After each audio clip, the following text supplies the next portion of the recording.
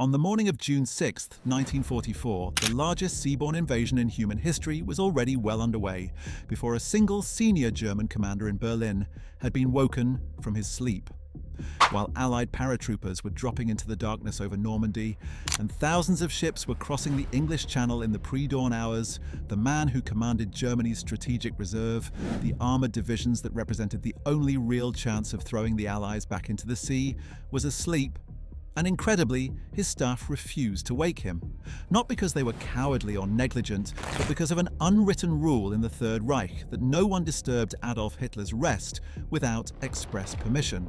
By the time Hitler finally issued orders to release the Panzer reserves, hours had passed. The window to destroy the invasion on the beaches had closed, and the fate of Nazi Germany had effectively been sealed. But the story of why Germany failed on D-Day is not simply the story of one catastrophic morning. It is the story of months, years even, of fatal miscalculations, bitter command disagreements, strategic self-deception, and a series of decisions so flawed that even with advance warning of the invasion itself, the Germans proved utterly incapable of stopping it. In this video, we will find out exactly why Germany failed on what should have been its finest hour of defense. So, without further ado, let's start from the very beginning. To understand why Germany lost on D-Day, you have to go back further than June 6th itself. You have to go back to the entire philosophy of how Germany chose to defend against an Allied invasion it knew was coming. By early 1944, the question was no longer whether the Allies would attempt a large-scale invasion of Northwest Europe, but where and when. Adolf Hitler had famously declared that the coming year would see the decisive battle that would either preserve the Third Reich or doom it. And yet the Germans, despite knowing the invasion was imminent, spent the months leading up to it engaged in an internal argument so paralyzing, so deeply rooted in personal ego and conflicting military doctrine, that when the moment of crisis finally arrived, they were structurally incapable of mounting an effective response. The Atlantic Wall, Hitler's vaunted coastal fortification stretching from Norway to the Spanish border, was supposed to be the answer. It was supposed to be an impenetrable barrier of steel and concrete that would destroy any Allied landing force at the water's edge. The reality, however, was something far more modest and far more troubling for the men tasked with defending it. The Atlantic Wall was, in truth, more propaganda than fortification. While Hitler and the German propaganda ministry presented it to the German public and to the world as a continuous line of hardened bunkers and heavy artillery positions, the reality on the ground was far more chaotic. Field Marshal Erwin Rommel, who was assigned to inspect and strengthen the coastal defences in late 1943, was appalled by what he found during his tour of the Normandy coast. The defences were spotty, undermanned, and in many cases consisted of little more than earthworks and lightly armed positions. The fortifications were strongest at the major port cities because German military doctrine assumed the Allies would need a major port to sustain any large-scale operation. Rommel, fresh from his experiences fighting the Allies in North Africa, understood something that many of his colleagues did not. He had seen what Allied air power could do. He had watched as British and American aircraft systematically destroyed his supply lines and shattered German armoured formations before they could ever engage the enemy effectively. And he drew from that bitter education a conclusion that would put him in direct conflict with almost every other senior German commander on the Western Front. Rommel believed with absolute conviction that Germany's only chance of defeating an Allied invasion was to destroy it on the beaches themselves within the first 24 hours. He argued that once Allied troops established a secure beachhead, the overwhelming material superiority of the Anglo-American forces, their near-total air supremacy, and the inexhaustible flow of men and equipment across the English Channel would make a German victory essentially impossible. The Allies would simply build up faster than any German counterattack could be organised. And so Rommel threw himself into a frantic effort to transform the Normandy coastline into a killing ground. He ordered millions of wooden stakes to be driven into the beaches just below the high water mark, tipped with mines or shells to rip the bottoms out of landing craft. He ordered the construction of underwater obstacles, Belgian gates and steel hedgehogs and tetrahedra designed to tear apart any boat that tried to navigate through them. He ordered the flooding of low-lying areas behind the beaches, turning the fields of Normandy into shallow lakes that would drown paratroopers and bog down any advance inland. He demanded more mines, more obstacles, more artillery batteries, more everything. But he was working against time he did not have, and against a German war machine that had been stripped to its bones by the demands of the Eastern Front. The critical disagreement, however, the one that would prove most fatal to Germany's defence, was not about the Atlantic Wall itself. It was about where to position the Panzer divisions. Rommel, the architect of the defensive build-up, believed the armoured reserves needed to be positioned directly behind the beaches, close enough to intervene within hours of any Allied landing. His reasoning was simple and devastating in its logic. Allied air power, he argued, would make any movement of panzer divisions by daylight almost suicidal. He had seen what RAF and USAAF fighter bombers did to columns of German armour moving in the open, and he knew that the idea of moving tank divisions 50 or 100 miles under sustained aerial attack was a fantasy. If the panzers were held back in central positions, they would be bombed to pieces before they could ever reach the coast. The only way to use them effectively was to position them so close to the beaches that they could intervene before Allied air power had time to react. In effect, Rommel wanted to bet everything on defeating the invasion in the first hours of battle, while it was still vulnerable and before the Allies could establish the conditions under which their material advantage became overwhelming. Opposing this view was General Leo Geyer von Schweppenburg, the commander of Panzer Group West, who represented the established thinking of the German tank arm. Geyer von Schweppenburg argued for a completely different approach. He believed the panzer divisions should be held well back from the beaches, concentrated in a central position from which they could strike at the main Allied effort after it had been identified. He pointed to the classic German concept of mobile warfare, the same principles that had produced the stunning victories of 1940 and the early campaigns in the Soviet Union. You did not commit your armoured reserves piecemeal against an enemy you could not yet fully identify. You waited until the picture was clear, then struck with overwhelming concentrated force at the decisive point. This, he argued, was how the German armoured arm had always fought best, and there was no reason the invasion of France should be any different. These two positions were irreconcilable, and neither man would back down. Rommel was insistent, forceful, backed by his own experience and his profound respect for Allied air power. Geyer von Schweppenburg was equally convinced, supported by the theoretical tradition of the German General Staff and by the endorsement of several other senior commanders, including the Commander-in-Chief West, Field Marshal Gerd von Rundstedt. Von Rundstedt, the most senior German officer in the West, an aristocratic Prussian of the old school who had commanded armies in Poland, France, and Russia, sided broadly with Geyer von Schweppenburg's approach. He favoured a large, concentrated armoured reserve positioned inland, ready to deliver a massive counterattack once the true Allied objective had been revealed. Von Rundstedt was dismissive of Rommel's more defensive conception, and the two men, though they worked in the same chain of command, were deeply at odds about the fundamental strategy of the defence. The dispute went all the way to Hitler for a decision, and what Hitler produced was the worst possible outcome, a compromise that satisfied neither argument and crippled both. Several panzer divisions were allocated to Army Group B under Rommel's command and positioned relatively close to the coast. Others were retained as an OKW reserve under Hitler's personal command, which meant they could only be released on Hitler's personal order. This arrangement fractured the armoured reserve at the very moment when concentrated speed and decisive action would matter most. It meant that when the invasion came, Rommel would have some armour close to the coast, but not enough to be decisive on its own, while the most powerful reserve formations could not be moved without Hitler's approval. And Hitler, as we have already established, would not be available for several critical hours on the morning of June 6th. The structure of the German defence was, in essence, designed to fail. But the command disputes and the compromised defensive plan were only part of the story.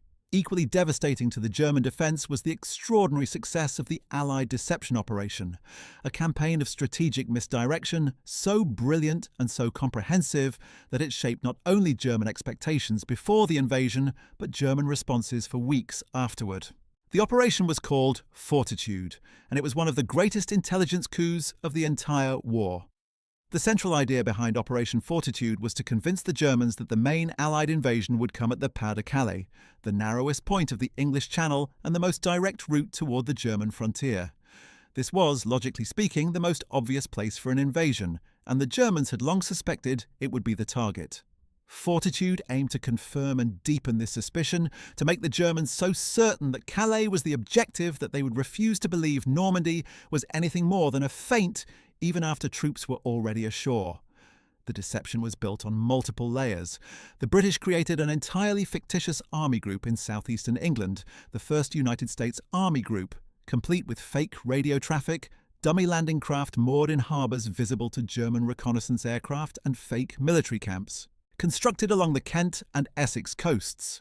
At the centre of this phantom army was General George S. Patton, the American commander the Germans feared and respected more than almost any other Allied general. General Gunther Blumentritt, a key German planner, had already noted that Patton came closest to the German concept of the classical military commander, a man of bold, aggressive movement and decisive action. The Germans fully expected Patton to command the main Allied assault force, and so when they observed him apparently commanding a massive army group in southeastern England, directly opposite the Pas-de-Calais, it confirmed everything they already believed. Why would the Allies send their best general to the most obvious invasion point, unless that was indeed where the blow would fall? The deception was reinforced by an extraordinary intelligence operation that the Germans could not see, but whose effects they felt every day. The British had, through a combination of brilliant cryptographic work at Bletchley Park and the careful cultivation of double agents, essentially compromised the entire German intelligence network in Britain. Every spy the Abwehr, the German military intelligence service, believed it had operating in England was in fact under British control. These double agents fed a constant stream of carefully crafted misinformation to their German handlers, corroborating the existence of the fake army group, reporting on training exercises that did not exist, and steadily building the picture of a massive force preparing to strike at Calais. The Germans were making their defensive decisions based on intelligence that was entirely fabricated. They were, in the most literal sense, seeing what the Allies wanted them to see. There was one man in the German intelligence apparatus who came closer than almost anyone else to penetrating the deception, and his story illustrates perfectly why the German system was so poorly equipped to handle the kind of information it was receiving. Colonel Alexis von Roen, the head of Foreign Armies West, the section responsible for estimating Allied strength in Britain, had developed a habit of doubling or even tripling the numbers provided by agent reports when calculating Allied strength. He did this, some historians believe, either because he genuinely believed the figures underestimated Allied capability, or because, as a man with some connections to resistance circles, he may have deliberately inflated the numbers to warn his superiors of the true scale of Allied power. Whatever his motivation, the effect was to convince the German High Command that the Allies had a vastly larger force in Britain than actually existed, enough for 2 major invasions in sequence. This belief that the Allies had more men than they actually possessed made it impossible for German commanders to conclude that a single large landing in Normandy represented the full Allied commitment. There had to be, they reasoned, another army somewhere waiting for the right moment to strike at Calais. This brings us to the most devastating single failure in German strategic thinking in the run-up to D-Day: the almost complete inability of German intelligence to identify Normandy as the true invasion target. Despite the obvious logic of the Pas-de-Calais, several German analysts and commanders had raised the possibility that Normandy was a plausible landing site. Rommel himself, during his inspections of the coast, had taken the Normandy sector seriously and had done more to fortify it than any of his predecessors. But the institutional weight of German military thinking, reinforced daily by the false intelligence picture painted by Allied double agents, consistently pointed toward the Calais region. And so when the invasion came, when the airborne drops and the naval bombardment made it unmistakably clear that something enormous was happening on the Normandy coast, the Germans' first instinct was not to commit everything they had to stopping it. Their first instinct was to wait, because surely this could not be the real thing. Surely the real blow was still coming, aimed at Calais, and if they stripped the 15th Army defending the Pas-de-Calais to reinforce Normandy, they would be handing the Allies exactly the opportunity they had been waiting for. Field Marshal von Rundstedt understood almost from the first hours of June 6th that the Normandy landings were far too large to be a feint. The scale of the naval bombardment, the number of aircraft overhead, the breadth of the landing front all told him that this was the main event. He immediately requested permission to release the OKW Panzer Reserve so that it could intervene before the Allies consolidated their beachhead. His request was refused. The panzers could not be released without Hitler's personal order, and Hitler was asleep, and no one would wake him. When Hitler finally did wake later that morning, there were those around him, including his operations chief Alfred Jodl, who remained convinced that Normandy might yet be a diversion. Jodl, who would later face the hangman at Nuremberg, argued against releasing the reserves prematurely. By the time Hitler overruled this advice and ordered the panzers forward, it was the afternoon of June 6th. And by afternoon, Allied aircraft were everywhere. The 12th SS Panzer Division, Hitler Jugend, and the Panzer Lehr Division, two of the most powerful armoured formations in the German order of battle, began moving toward Normandy on the afternoon of June 6th. What followed was a sustained and catastrophic aerial interdiction campaign that turned their march into a nightmare. British and American fighter bombers swarmed over every road in Normandy, attacking anything that moved. Columns of tanks and half-tracks ground to a halt under relentless attack. Vehicles burned by the roadside. Drivers abandoned their machines and took cover in hedgerows and ditches. What should have been a decisive armoured thrust arrived piecemeal, battered, with significant losses before a single tank had fired at an Allied soldier on the ground. Panzer Lehr, one of the finest armoured divisions in the German army, a unit so well equipped that it had been used as a demonstration unit to show off German military power, lost dozens of vehicles on its march to the front before it even made contact with Allied troops. Its commander, Lieutenant General Fritz Bayerlein, reported afterward that the approach march alone had cost his division the equivalent of a day of heavy combat. This was precisely what Rommel had warned would happen. This was the nightmare scenario he had spent months trying to prevent, and it had come to pass exactly as he predicted. Let us now examine in detail the specific failures on each of the invasion beaches, because the story of D-Day is not a single story. It is 5 separate stories unfolding simultaneously along a 50-mile stretch of the Normandy coast, and the German failures on each beach illuminate different aspects of the broader collapse of the German defense. Beginning in the west, with the beaches assigned to the American forces, Utah and Omaha, and moving east through the British and Canadian sectors, Gold, Juno and Sword, we can trace the specific tactical and operational failures that allowed the Allies to establish their foothold against a defence that should, under any rational assessment, have been far more effective than it was. Utah Beach, the westernmost of the 5 landing zones, presents one of the great ironies of D-Day. The American assault on Utah might, paradoxically, have been easier precisely because it went wrong in exactly the right way. The landing craft carrying the first assault wave were pushed south by currents and navigational errors, and they came ashore not at the designated beach, but about a mile to the south, at a point where the German defences were significantly lighter. The officer commanding the first wave, Brigadier General Theodore Roosevelt Jr., the son of the former American president and the oldest man to land in the first wave on D-Day, assessed the situation with remarkable composure and made a decision that perfectly captured the American command philosophy. When informed that the troops had landed in the wrong place, Roosevelt reportedly said something to the effect that they would start the war from right here. Instead of trying to redirect his forces to the original landing zone, he adjusted the plan on the spot and pushed inland from where he was. The German forces defending the Utah sector were the 709th Static Infantry Division, a unit composed largely of older men and soldiers considered unfit for service on the Eastern Front, supplemented by conscripts from occupied Soviet territories who had questionable loyalty to the German cause. These men were organized for a static defense, meaning they were expected to hold their positions and rely on the fortifications of the Atlantic Wall, rather than counterattack or maneuver. When the American paratroopers of the 101st and 82nd Airborne Divisions dropped inland in the pre-dawn hours, they caused enormous confusion behind the German lines, cutting communications, seizing key road junctions and creating the impression that the entire German rear area was being overrun. The static defenders on the beach, already nervous and cut off from clear information about what was happening around them, were in no condition to mount an effective resistance when the landing craft appeared at dawn. Utah Beach was secured with relatively modest casualties, a remarkable achievement that owed as much to German organizational failures and the paralysis caused by the airborne landings as it did to American military skill. Omaha Beach was a completely different story, and it stands as the most terrible and heroic chapter of D-Day and the one that most clearly illustrates what might have been. if the German defence had been better organised and better led across the entire Normandy front.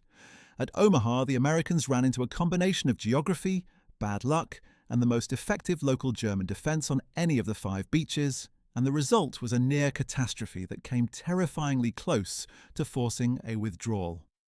The beach at Omaha was dominated by steep bluffs rising 40 to 90 feet above the sand, channeling any attacking force into a handful of narrow draws or exits that could be covered by defenders at the top of the bluffs.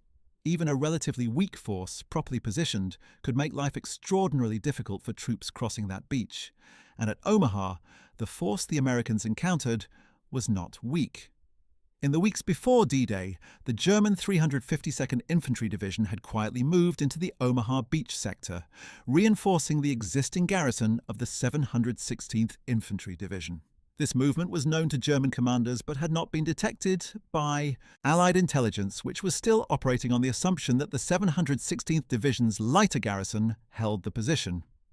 The 352nd was a far more capable unit, composed of veterans with combat experience on the Eastern Front, men who knew how to fight under pressure and how to use the terrain effectively. When the Americans came ashore at Omaha on the morning of June 6th, they ran straight into these veterans, holding positions that commanded every inch of the beach. The preliminary naval bombardment, which was supposed to destroy or neutralize the German defenses, had been largely ineffective. The heavy bombers of the United States Army Air Forces, flying in poor visibility, had delayed their drops to avoid hitting the troops in the landing craft, and their bombs had fallen miles inland, killing cows in Norman fields but leaving the German defenders almost entirely untouched. The DD tanks, the duplex-drive Sherman tanks that were supposed to swim ashore and provide armoured support for the infantry, were launched too far from the beach in rough seas that swamped most of them. Of the 32 tanks launched in the American sector, only a handful made it to the beach. The rest sank, taking their crews with them in the cold water of the English Channel. The infantry, robbed of armour and landing directly under German guns, was cut to pieces in the first minutes of the assault. Men drowned in the surf. Men were killed before they could leave their landing craft. Those who made it to the beach found almost no cover and nowhere to hide except a narrow band of shingle, rounded stones that offered some protection against the worst of the German fire. For several hours, the outcome at Omaha hung in genuine doubt. Senior American commanders offshore were receiving reports so grim that some began to consider whether the beach would have to be abandoned. The reason Omaha ultimately succeeded was not a grand tactical maneuver or a clever operational plan. It was the initiative of small groups of men, sergeants and junior officers, and in some cases ordinary soldiers, who stopped waiting for orders that were never coming and started moving. In scattered groups, exhausted, many of them seasick and soaking wet and watching their friends die around them, they found ways up the bluffs. They crept through draws and gaps in the wire, neutralized individual German positions with grenades and rifles and sheer determined aggression, and began to unravel the German defence from the flanks and the rear. By early afternoon, enough Americans had reached the top of the bluffs to begin threatening the German positions from the landward side, and the defence began to crack. But it had been a desperately close thing. The German 352nd Division had very nearly won at Omaha, and if the same quality of troops and leadership had been present on all 5 beaches, the story of D-Day might have been very different indeed. The fact that the German defence at Omaha came closest to success actually illuminates the central paradox of the German failure on D-Day. The 352nd Division had done everything right at the tactical level. Its soldiers had held their positions, used the terrain effectively, inflicted severe casualties, and very nearly broken an American assault that was supposed to overwhelm them. But at the operational and strategic level, everything around them had gone wrong. The Panzers were not coming. The Luftwaffe was essentially absent, the communications network was disrupted and unreliable, and the higher command from Rommel on upward was paralysed by the fundamental uncertainty about whether this was the real invasion or a feint designed to draw their attention away from Calais. Individual German tactical excellence at Omaha could not compensate for the systemic failures that had already doomed the German defence before the first landing craft dropped its ramp. Moving east along the coast to the British and Canadian beaches brings us to a different set of German failures, ones that speak more directly to the problems of the German command structure and the devastating effect of Allied air superiority on German operational planning. Gold Beach, assigned to the British 50th Division, was defended by elements of the 716th Infantry Division, the same static formation that also covered parts of Omaha. The 716th was by any reasonable assessment not a front-line fighting force. Its soldiers were older men, many of them holding rear area assignments, equipped with a mixture of German and captured foreign weapons, and organised explicitly for the static defence of fixed positions rather than active mobile combat. Against the well-trained and well-equipped veterans of the British 50th Division, which had fought in North Africa and was one of the more experienced formations in the British Army, the 716th was simply outclassed. The German positions at Gold were suppressed by naval gunfire and taken by combined arms assault, with methodical British professionalism that left the defenders with almost no options.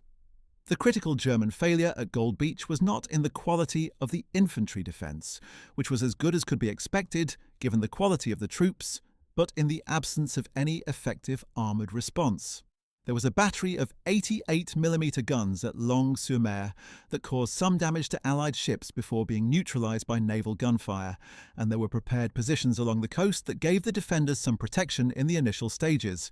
But there was no tank force available to counterattack the British as they pushed inland, no mobile reserve that could have caught the landing force in the exposed and disorganised hours immediately after the initial assault.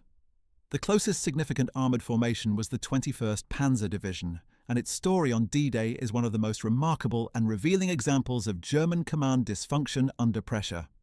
The 21st Panzer Division was the only armoured formation close enough to Normandy to intervene on D-Day itself. It was stationed south of Caen, approximately 15 miles from the coast, and in theory, it represented exactly the kind of rapid armoured response that Rommel had been demanding, a force capable of striking at the beachhead before the Allies could consolidate. But the 21st Panzer Division's experience on June 6th became a case study in everything that was wrong with the German command structure on the Western Front.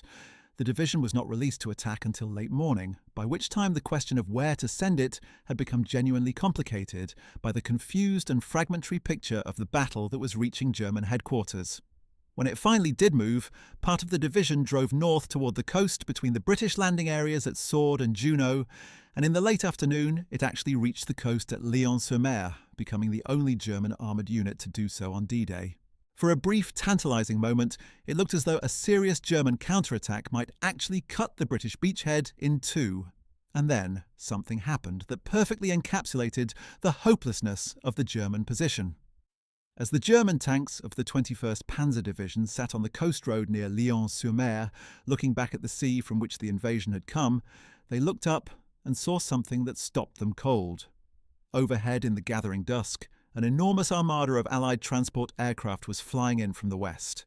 It was the air landing phase of the British 6th Airborne Division's operation, hundreds of gliders and transport planes delivering reinforcements directly into the landing zone east of the Orne River. The sight of this overwhelming display of Allied air power, this evidence that the enemy could simply fly in more troops whenever and wherever he chose, had a devastating effect on the morale and confidence of the German armoured commander. He concluded correctly that if he pushed further north, he risked being cut off. He withdrew, and with him went the last realistic German chance of a successful counterattack on D-Day. This episode is worth dwelling on for a moment because it captures so precisely the psychological dimension of the German defeat at Normandy. The 21st Panzer Division had, against enormous odds and in the face of constant air attack and confused orders, actually fought its way to the coast. It had done the near impossible. But what it encountered when it got there was not just the physical reality of Allied airborne reinforcements, it was the psychological weight of Allied material superiority, the overwhelming sense that whatever Germany threw at this invasion, the Allies could match it and surpass it. This was the shadow that Rommel had been trying to describe to his colleagues for months, the shadow of Allied air power and industrial production that made any calculation based on tactical skill and individual bravery ultimately futile. The war in the West after D-Day was never really a fair fight. It was the Wehrmacht doing everything it could with the resources it had against an enemy that could afford to replace every loss. Juno Beach, the Canadian sector, provided yet another example of German defensive failure rooted in the fundamental weaknesses of the Atlantic Wall conception. The Canadians landed against positions held by the 716th Division, and they faced some of the most intense fire of any beach in the early stages, losing significant numbers in the initial assault. The beach obstacles at Juno were dense, and the German positions were well sighted, and the preliminary bombardment had not been as effective as hoped. The Canadians suffered nearly 1,000 casualties on June 6th, making it one of the costlier beaches for the Allies. And yet, by evening, the Canadians had pushed further inland than any other Allied force, actually reaching the Caen Bayou Highway several miles from the coast, which had been a D-Day objective for some of the other beaches as well.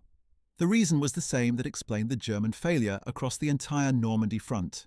There was nothing behind the coastal crust. Once the Atlantic Wall positions were overrun or bypassed, there was no mobile reserve immediately available to seal the penetration. The defenders fought with considerable bravery in many instances, but they fought in isolation, each position overwhelmed in turn with no help coming. Sword Beach, the easternmost of the 5 landing zones and the one closest to Caen, was the sector where the British had hoped to make their most significant territorial gain on D-Day itself. The plan called for the troops landing at Sword to drive rapidly inland and seize Caen, the largest city in Normandy, and a critical road and rail junction that the Allies needed for their planned breakout. What happened instead was that the British 3rd Division advanced inland from Sword Beach, linked up with the paratroopers of the 6th Airborne Division holding the bridges over the Orne River and the Caen Canal, and then was effectively halted by the counterattack of the 21st Panzer Division's Panzers and motorized infantry. Caen, which Montgomery's plan had envisioned being captured on D-Day itself, would not fall to the Allies for another 6 weeks, and its capture would require some of the hardest fighting of the entire campaign. But on June 6th itself, the failure to take Caen on schedule was not the catastrophe it might appear. The beachhead was secure. The Allies were ashore and in strength. The Luftwaffe's near-complete absence from the skies over Normandy on D-Day is one of the most striking aspects of the German failure and requires its own detailed examination. For years, the German Air Force had been the steel edge of the Wehrmacht's operational concept. The Blitzkrieg victories of 1939 and 1940 had been inseparable from the Luftwaffe's ability to achieve air superiority, to bomb roads and bridges and rail junctions ahead of the armoured advance, to destroy enemy air forces on the ground in the opening hours of the campaign. But by June 1944, the Luftwaffe in the West was a shadow of what it had been at the peak of German power. The 3rd Air Fleet, responsible for defending France and the Low Countries, had approximately 500 aircraft available on the eve of D-Day.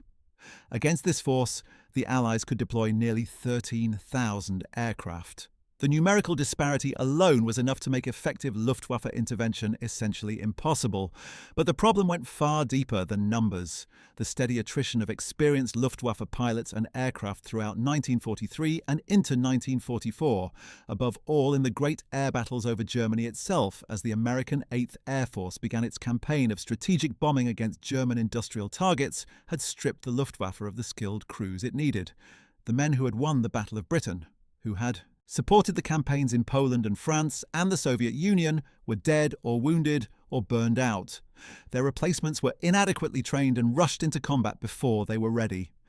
The introduction of the long-range American P-51 Mustang escort fighter in late 1943, which could now accompany the heavy bombers all the way to Berlin and back, meant that the Luftwaffe's own losses over Germany were catastrophic. Hermann Göring, who had once boasted that his air force was the finest in the world, had presided over its systematic destruction. By June 1944, the surviving Luftwaffe pilots in the West knew they were hopelessly outnumbered and outmatched, and their response to the invasion reflected this knowledge. On June 6, 1944, the Luftwaffe flew approximately 319 sorties over the Normandy beachhead. Against them, the Allies flew over 14,000 sorties. The German aircraft that did reach the beaches faced a wall of Allied fighters and anti-aircraft fire that made sustained operations essentially impossible. Many German pilots who set out for Normandy never reached the beach area at all, or turned back when they encountered the scale of Allied air cover. Two Focke-Wulf 190 pilots, Major Joseph Priller and his wingman Heinz Wodacek, became famous for their lone strafing run along Sword Beach in the early afternoon of June 6th, an act of considerable personal courage that had essentially no tactical effect on the battle whatsoever. The two aircraft represented the full extent of a meaningful Luftwaffe offensive contribution to the defence of Normandy on D-Day, tells you everything you need to know about the state of German air power in June 1944. The absence of Luftwaffe air cover had consequences that cascaded through every aspect of the German defence. German commanders could not conduct aerial reconnaissance to get an accurate picture of Allied dispositions. Vital communications infrastructure, roads, bridges and rail lines that might have allowed German reinforcements to reach the front could not be defended from Allied air attack. Supply convoys moving by day were attacked and destroyed. The movement of panzer divisions toward Normandy, already delayed by the confusion over Hitler's reserves, was further disrupted by relentless air attacks that turned every daylight road movement into a gauntlet. General Fritz Bayerlein of Panzer Lehr, reporting on his division's nightmarish approach march to the front, described scenes of burning vehicles and dead soldiers strewn along the roads of Normandy. All of it the work of Allied fighter bombers attacking anything that moved. Rommel had predicted this. He had told anyone who would listen that Allied air power would paralyse German ground movements, and he had been right with a completeness that even his own dire warnings had not fully captured. The role of Rommel himself on the day of the invasion deserves careful examination, because his absence from the front on June 6th is one of the most dramatic and consequential coincidences of the entire war. Rommel had spent months driving himself and his subordinates to exhaustion in the effort to strengthen the Atlantic Wall defences. He was, by all accounts, an extraordinarily demanding and energetic presence, constantly touring the front, identifying weaknesses, pushing for more resources, more mines, more obstacles, more artillery. He had come to believe, with the conviction of a man who has thought through every possibility, that the first 24 hours of the Allied invasion would decide the entire campaign and possibly the war itself. He had staked his professional reputation, and in a sense his country's last hope, on the thesis that the invasion had to be destroyed on the beaches, and yet on the morning of June 6, 1944, Erwin Rommel was not in Normandy. He was at his home in Herrlingen, near Ulm in southern Germany, several hundred miles from the coast. He had gone home for a few days for personal reasons, primarily to celebrate his wife Lucy's birthday on June 6th, and also to travel to the Berghof to meet with Hitler and press once again for more armoured reserves to be positioned closer to the coast. His departure was based on a German meteorological assessment that predicted rough weather and poor conditions for an amphibious operation in the first week of June.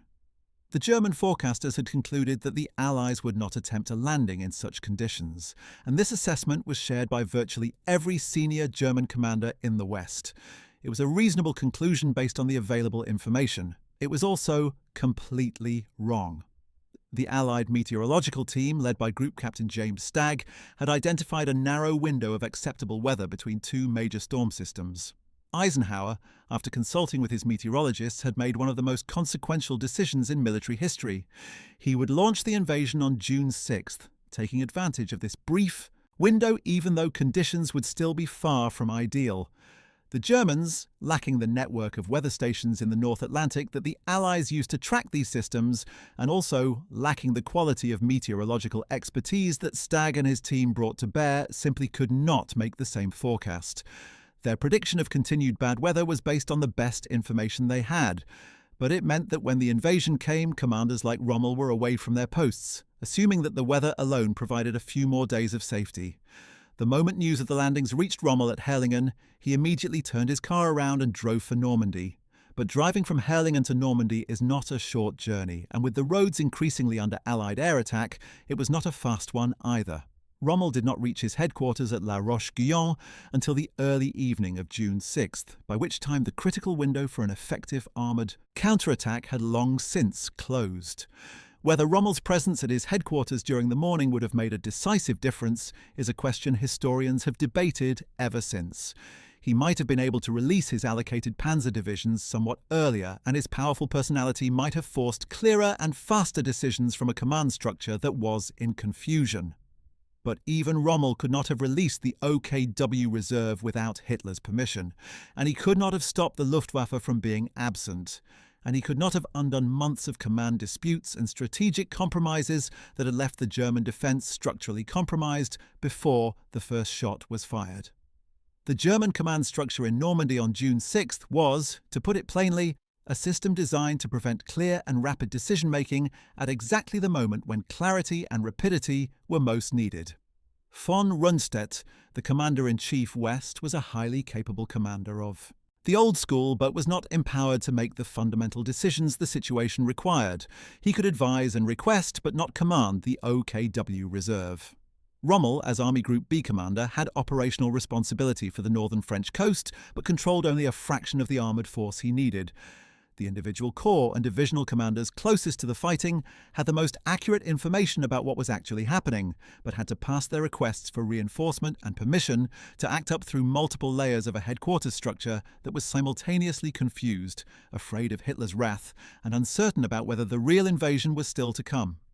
The result was a paralysis of decision-making that lasted through the critical first hours and gave the Allies exactly the time they needed to establish their beachhead. Field Marshal von Rundstedt's relationship with Hitler during this period illuminates a broader dysfunction that ran through the entire German High Command by 1944. Hitler's dismissal of competent generals who questioned his judgment, a process that had been accelerating since the disasters of 1942 on the Eastern Front, had left the Western Command staffed by men who had learned that the safest professional survival strategy was to wait for the Führer's direction, rather than act on their own initiative.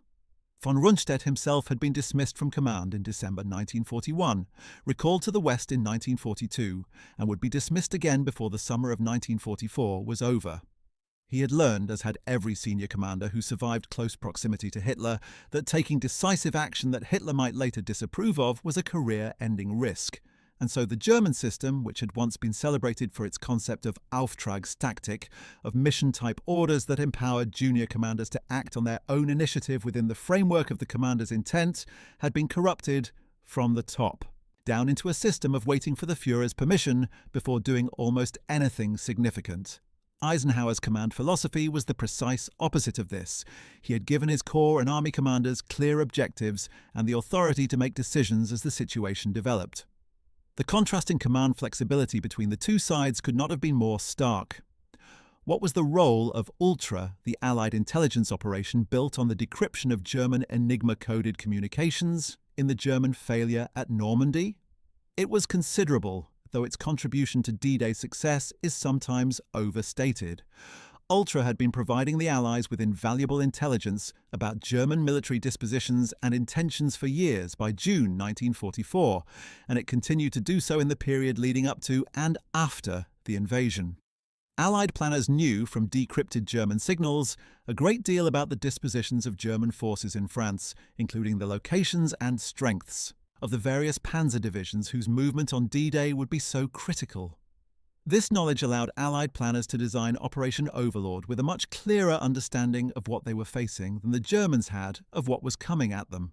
But the most significant Ultra contribution to D-Day success was arguably not the strategic intelligence it provided in the planning phase, but the way it enabled the Allies to manage and protect Operation Fortitude itself.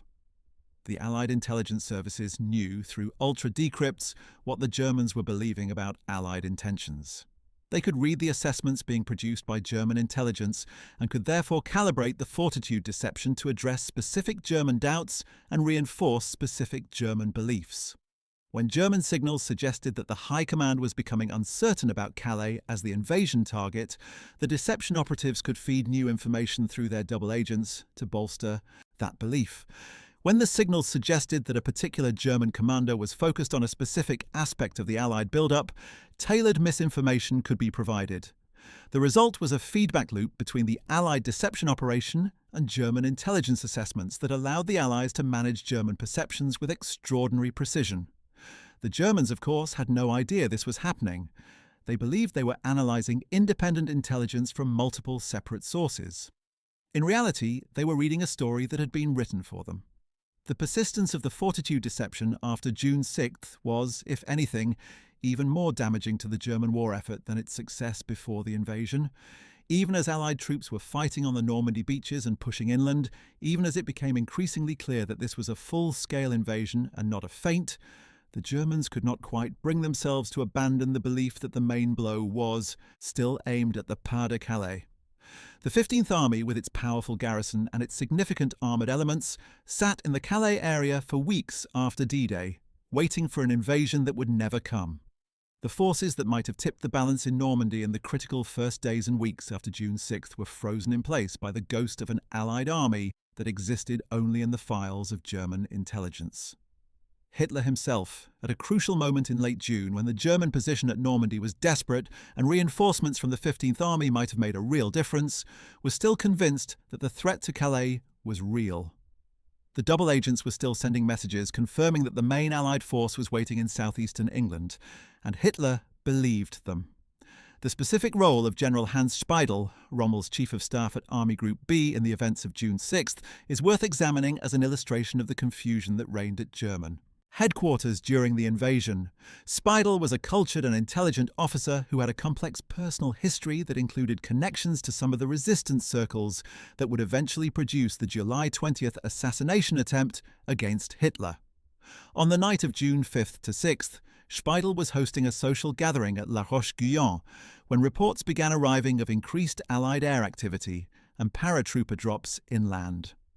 The question of whether to alert Rommel at Herlingen, whether the situation was serious enough to recall the Army Group commander on his birthday leave, was not taken seriously enough quickly enough. By the time the scale of the landings was unmistakable, the moment for the kind of immediate reaction that Rommel had planned for had already passed.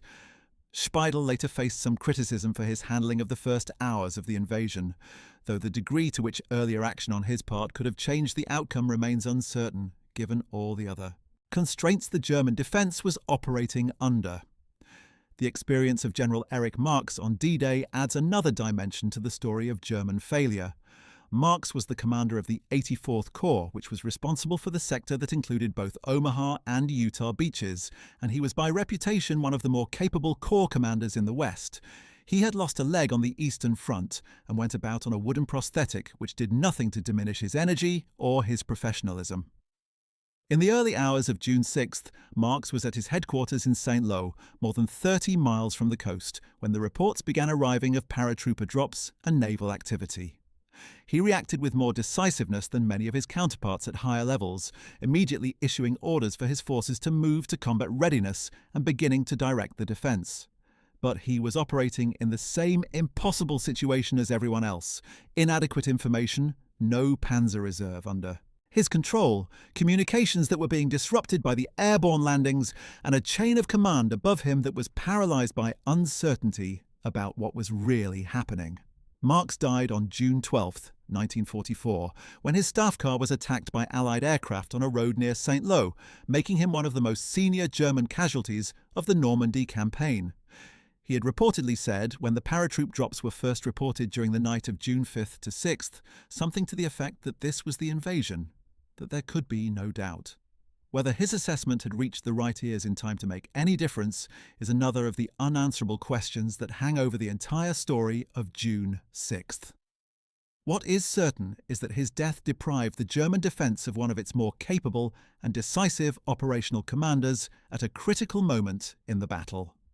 The German naval response to D-Day was, if anything, even more limited and ineffective than the Luftwaffe's contribution. Kriegsmarine surface forces in the Channel had been steadily attrited by Allied naval action throughout the years of the war, and by June 1944 they were in no position to challenge the enormous Allied invasion fleet.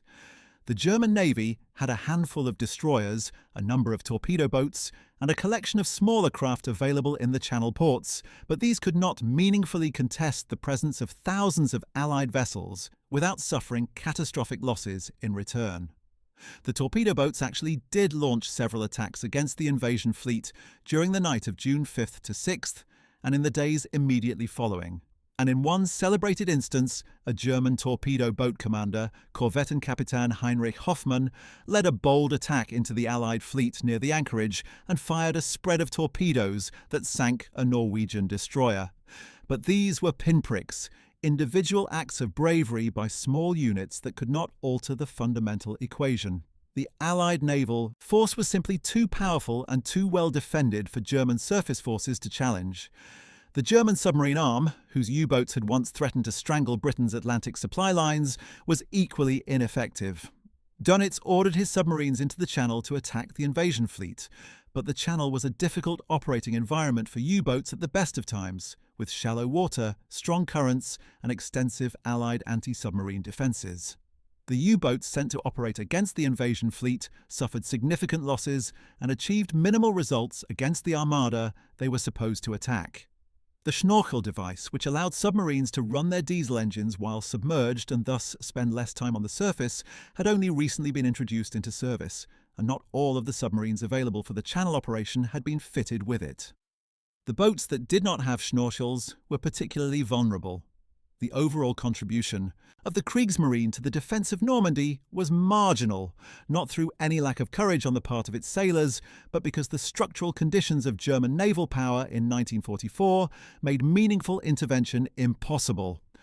As the day of June 6th gave way to the night and the Allied beachhead consolidated, the German High Command faced a situation that was desperate but not yet hopeless. The Allies were ashore, but their foothold was still narrow and in places tenuous. If the German armoured reserves could be brought to bear quickly and in sufficient strength, there was still, arguably, a chance of containing the beachhead and eventually counter-attacking to throw the Allies back. This was the calculation that drove the German operational planning in the days immediately following D-Day, and it led to a series of piecemeal armoured counterattacks that came close enough to the Allied lines to cause real concern but never achieved the concentration and coordination needed to be decisive. The fundamental problem was that the Allies were now firmly established ashore, and every day that passed the balance shifted further in their favour.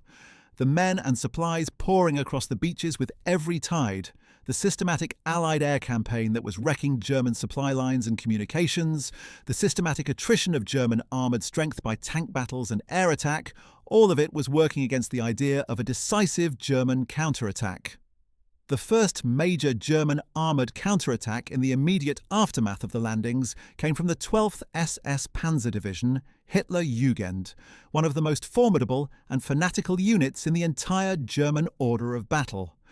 The division drew its name from the organisation that had recruited most of its junior soldiers, the Hitler Youth, and its young troops had been trained and indoctrinated since childhood, with a ferocious, almost fanatical commitment to National Socialism and to military service. These were not reluctant conscripts or ageing static infantry. These were true believers, highly trained, superbly equipped, and burning with the kind of ideological conviction that can sometimes make soldiers fight beyond the limits that ordinary men would accept. Their commander, SS Brigadeführer Fritz Witt, and after his death in the Normandy fighting his successor, Kurt Meyer, known to his men as Panzer Meyer, drove them relentlessly. The division had some of the best tanks in the German arsenal, including Panzer IV tanks and the formidable Panther, and they knew how to use them. The Hitler Jugend's initial counterattacks against the Canadian beachhead in the first days after D-Day produced some of the fiercest fighting of the entire Normandy campaign. The young SS soldiers threw themselves against the Canadian positions with a ferocity that shocked even veterans of the Eastern Front, and they inflicted significant losses on the Canadians in the brutal close-country fighting among the Norman hedgerows and orchards. But they could not break through. They were outnumbered, they were under constant air attack, their supply lines were already under pressure, and they were fighting an enemy that matched their determination, if not their fanaticism. The counterattacks achieved local successes and kept the Canadians from achieving the deeper penetrations they had hoped for, but they could not reverse the fundamental strategic situation. The beachhead was growing stronger every day, and the 12th SS was being ground down in attacks that cost more than they achieved.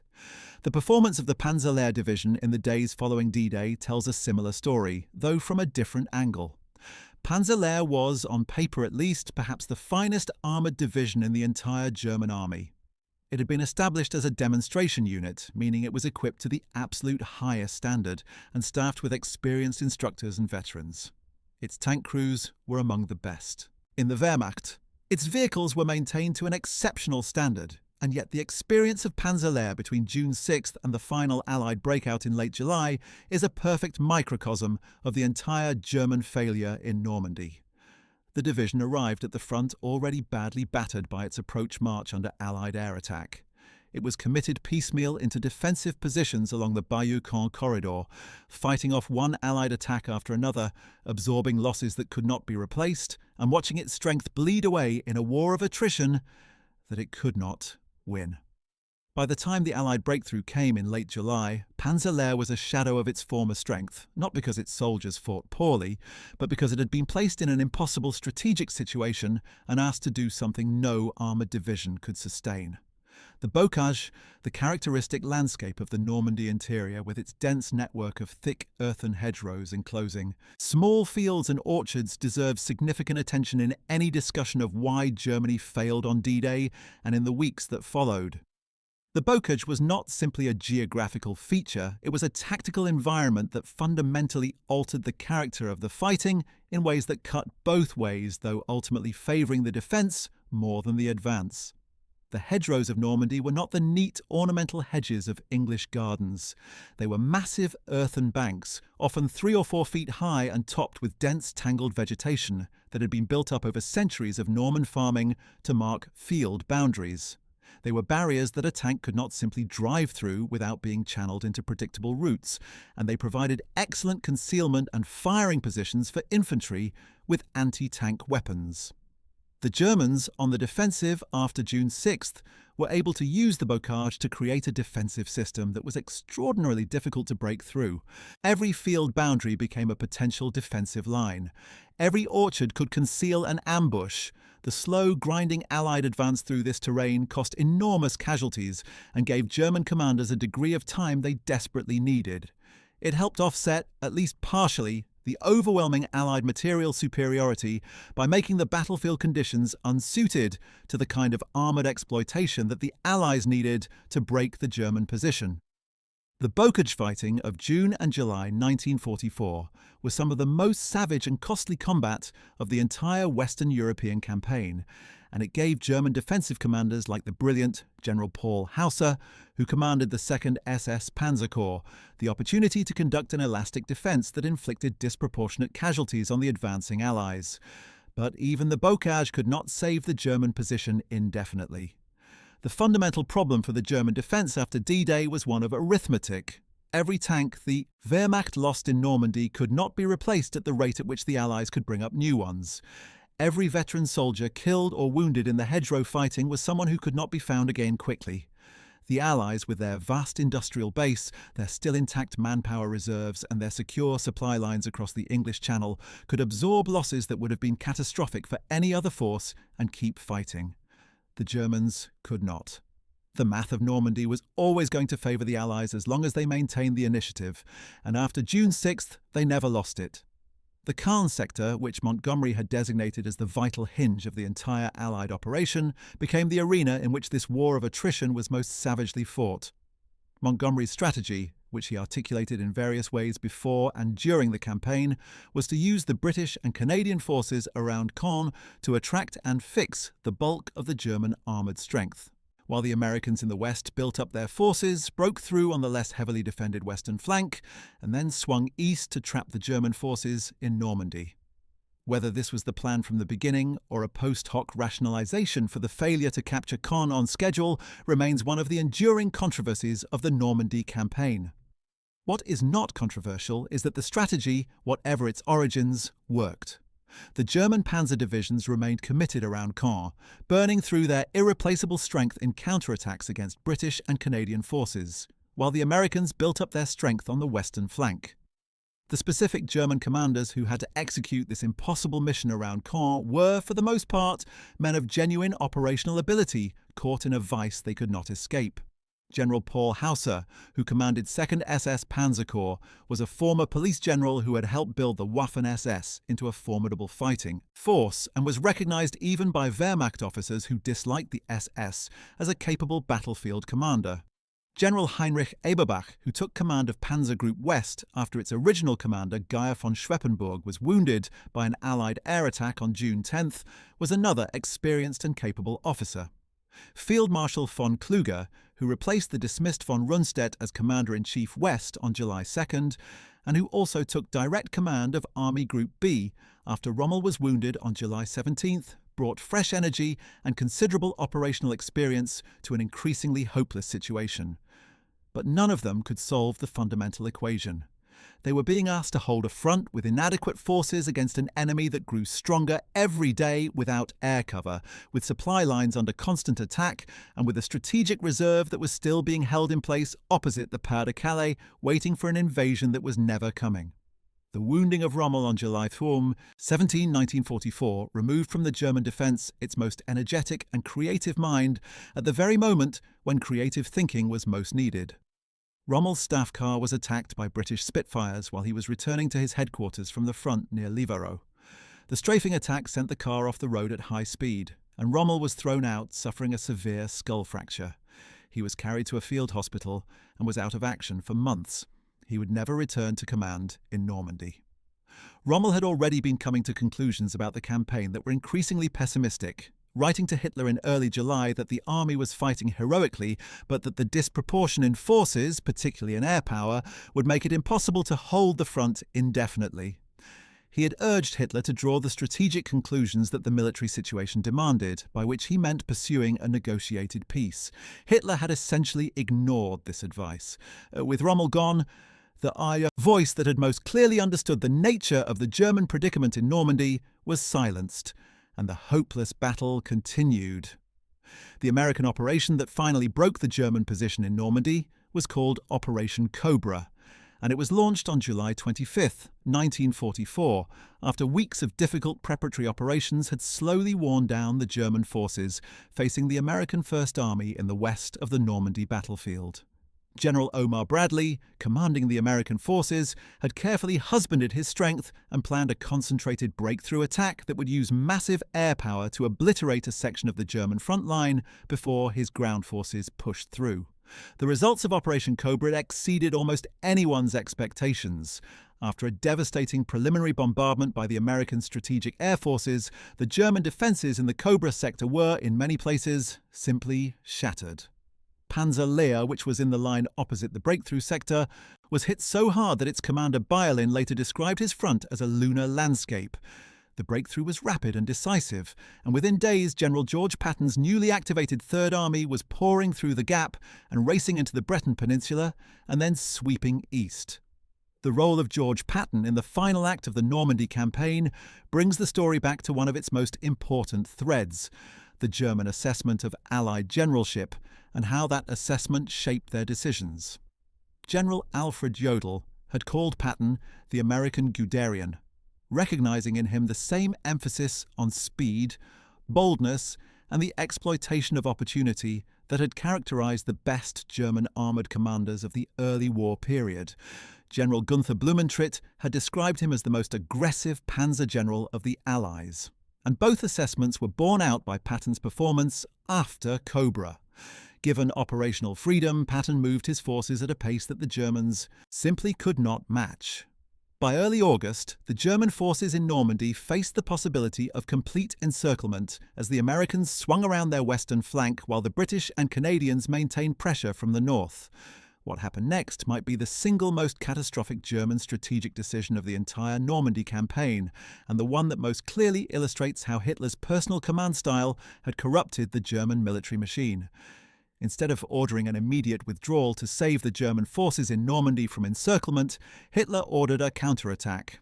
The operation was called Lüttich, and it was intended to drive west to the sea near Avranches, cut off Patton's spearheads and restore the German front. It was, by almost any objective military analysis, completely impossible given the resources available and the operational situation. The German forces available for the counterattack were exhausted, depleted, and already under severe pressure. Allied air power made any large-scale movement by day effectively suicidal. The American forces at Avranches were not cut off and isolated, but firmly connected to a massive and still growing logistical base. The counterattack was launched, failed almost immediately under Allied air and ground counteraction, and in the process committed the German armoured forces to a position from which they could not easily withdraw. The result was the Falaise Pocket, one of the greatest catastrophes in the history of the German military. As the American forces swung east and the Canadian and Polish forces pushed south from the Caen area, the German forces in the pocket found themselves being slowly squeezed in a closing vice. Hitler refused to authorize the withdrawal that might have saved a significant portion of his forces, insisting instead on continued resistance in the hope of a relief operation that had no realistic chance of succeeding. By the time a partial breakout was finally permitted, the pocket was nearly closed, and the roads and fields of the Falaise area were littered with the wreckage of the German 7th Army and 5th Panzer Army. Tens of thousands of German soldiers were killed or captured. Enormous quantities of equipment were destroyed or abandoned. The fighting power of the German forces in Normandy was effectively broken. General Heinz Guderian, who was chief of the German Army General Staff, had an overview of the entire military situation in the summer of 1944, later wrote that Normandy had cost the German army a catastrophic blow from which recovery in the West became impossible. He attributed the disaster to multiple causes, but placed particular emphasis on Hitler's refusal to authorize timely withdrawals, his insistence on holding positions that could not be held, and his disastrous decision to launch the Mortain counterattack that led to the Falaise encirclement. This assessment echoes what virtually every senior German officer who survived the war and wrote about Normandy had to say, though naturally each tended to emphasize the failures of others and minimize his own. The common thread in all of these assessments is the same. The German military, despite the courage and skill of its individual soldiers and many of its field commanders, was fighting under a command system that had been so corrupted by Hitler's interference that it could not make the rational decisions the situation required. The question of whether Germany could ever have won at Normandy, even in the best of circumstances, is one that military historians have discussed at length, and it is worth addressing directly. Given the disparity in Allied and German resources, given the near-total Allied dominance of the air, given the overwhelming Allied naval power, given the systematic destruction of German tactical air power that had preceded the invasion, and given the growing strength of Soviet pressure on the Eastern Front that prevented Germany from transferring significant forces westward, the answer has to be no, not in any sustainable sense. Even if the initial landing had been repulsed, which was always unlikely given the scale and planning of the Allied operation, the Allies had the resources and the will to try again. And again. And eventually, one attempt would succeed, or the Soviet advance from the east would render a Western invasion unnecessary anyway. Germany in 1944 was fighting a war it could not win. Normandy was the venue in which this fundamental reality was finally, definitively established. But there is a narrower question that yields a more interesting answer. Could Germany have made D-Day more costly, delayed the Allied breakout longer, and prolonged the war in the West? And here the answer is probably yes, at least to a degree. If the Panzer Reserve dispute had been resolved in Rommel's favour, if 3 or 4 powerful armoured divisions had been positioned within 20 miles of the likely landing, beaches rather than held back in central reserve, the German response on June 6th could have been faster and more concentrated. Some military historians have argued that even a few hours of earlier armoured intervention, before the Allied beachhead had consolidated, might have been enough to make the Omaha situation catastrophic, rather than merely terrible, or to cut the British beachhead east of the Orne before the paratroopers could be reinforced. It would not necessarily have won the battle, but it might have made Allied victories significantly more expensive. Similarly, if the Fortitude deception had been penetrated earlier, if German intelligence had correctly identified Normandy as the invasion target with sufficient time to redeploy the 15th Army's forces, the balance of forces on the beaches on June 6th would have been more equal and the German defence more coherent. The success of the deception operation was so complete, so perfectly sustained, that it effectively added the fighting power of an entire army to the Allied side of the ledger without firing a single shot. The 15-plus divisions of the 15th Army that sat in the Pas-de-Calais for weeks after D-Day, waiting for the ghost army of the 1st United States Army Group to arrive, represented a strategic reserve that might have made Normandy genuinely contested rather than merely expensive. And if Hitler had simply gone to sleep earlier and not established the rule about waking him, if someone had made the decision to release the OKW Panzer Reserve in the first hours of the morning of June 6th, rather than waiting for his personal authorization, the German armour might have reached the Normandy coast before the beaches were secured, and while the Allied force was still most vulnerable. General Walter Warlimont, who was in Hitler's headquarters on June 6th and watched the agonizing delay unfold in real time, later wrote that the failure to release the armoured reserve early on the morning of June 6th was the decisive moment of the battle, the single point at which a different decision might have changed the outcome. He may have been right, or he may have been engaging in the same kind of retrospective reasoning that generals almost always engage in when explaining their defeats. What is certain is that the delay mattered and that it reflected something deeply wrong with the German command system. The broader lesson of the German failure at D-Day, and it is a lesson that military planners and historians have been drawing for more than 80 years, is that command culture is a force multiplier that can either amplify or undermine the technical capabilities of a military force. The German Wehrmacht of 1944 still had technically excellent soldiers, capable field commanders at the division and corps level, good equipment in many categories, and the tactical tradition that had made it one of the most formidable fighting forces in history. What it no longer had was the command culture that had made all of these assets so effective in 1939 and 1940.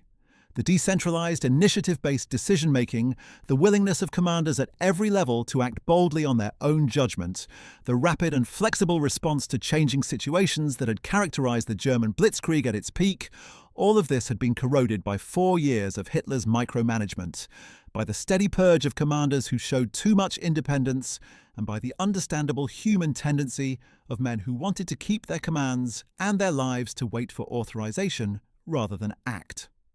The contrast with the Allied command culture could not have been more vivid on June 6th. When the landing craft at Omaha Beach began to falter, when the plan broke down under German fire, and the beaches were littered with dead and wounded, it was individual American sergeants and second lieutenants, and in some cases ordinary soldiers, who improvised the means to keep the attack moving. When the DD tanks of the 741st Tank Battalion began sinking and it became clear that the armour would not be available, the infantry adapted.